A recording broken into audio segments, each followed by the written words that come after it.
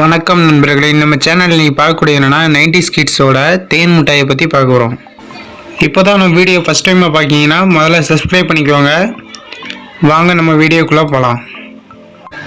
செய்ய தேவையான பொருட்கள் என்னென்னா, இட்லி மாவு ஒரு கப் எடுத்துக்கோங்க, சர்க்கரை ஒரு கப் எடுத்துக்கோங்க, சோடா உப்பு அரை ஸ்பூன் எடுத்துக்கோங்க, உப்பு அரை ஸ்பூன் எடுத்துக்கோங்க, கேசரி பொடி அரை ஸ்பூன் எடுத்துக்கோங்க. இந்த சட்டியில் ஒரு கப் அளவுக்கு சீனியை சேர்த்துக்கலாம். சேர்த்துக்கிட்டு லைட்டாக முங்குத அளவுக்கு தண்ணியை ஊற்றி வச்சுக்கோங்க.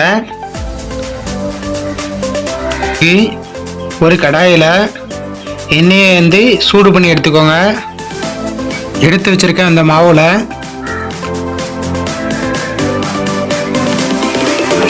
கலர் பொடியை சேர்த்துக்கலாம். அதாவது கேசரி பொடியை சேர்த்துக்கலாம். சோடா உப்பை சேர்த்துக்கலாம்.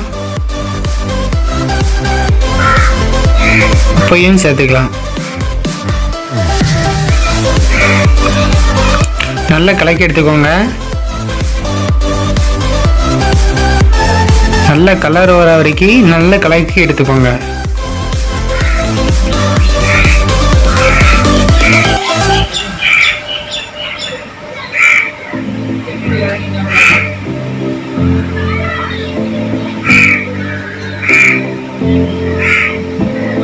கலக்கி எடுத்ததுக்கப்புறம் சீனி பாகு தயாராகிட்டு இப்போ நம்ம ஆஃப் பண்ணி வச்சுக்கலாம். அடுப்பை ஆஃப் பண்ணி வச்சுக்கலாம்.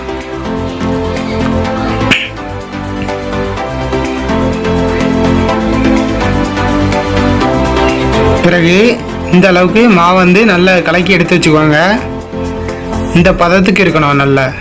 இந்த பதத்துக்கு நல்ல மாவு இருக்கணும். மாவு இருந்தால் தான் நல்லா வரும். இப்போ எண்ணெய் சட்டியில் நம்ம போட ஆரம்பிக்கலாம். ஒவ்வொன்றா போட ஆரம்பிக்கலாம்.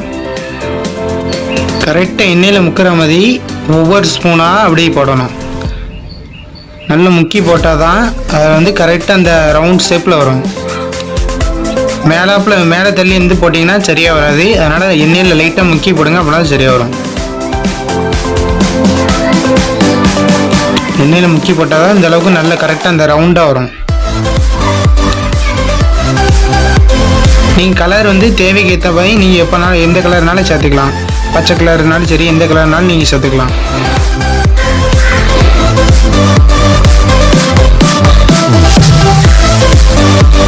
ஒரு சைடு வந்ததுக்கப்புறம் 2 சைடு திருப்பி போட்டு நல்லா வேக வைங்க. இப்போ நல்லா வெந்துடுச்சு, இறக்கிக்கலாம்.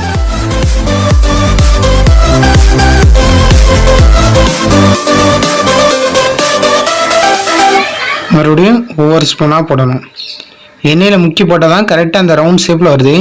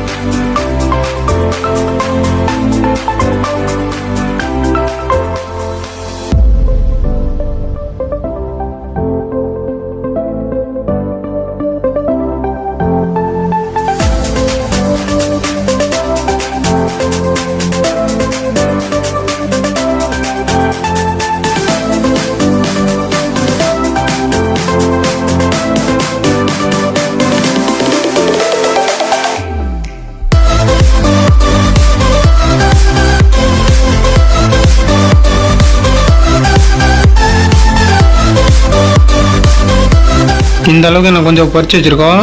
அதை நம்ம சீனி பாகில் போட்டுக்கலாம். தேன் மிட்டாய் நம்ம சீனி பாகில் போட்டுக்கலாம்.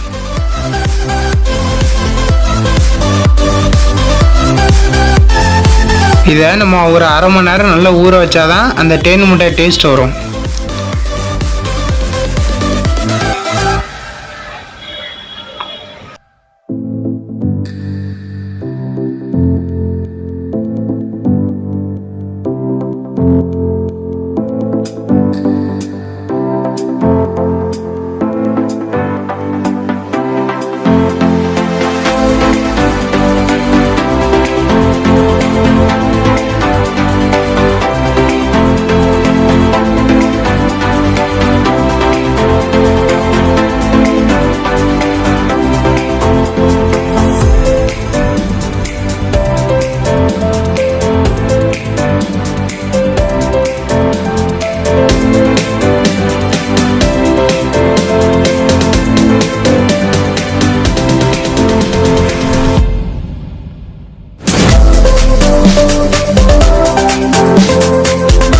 சுவையான தேன் மிட்டாய் தயாராகிட்டு.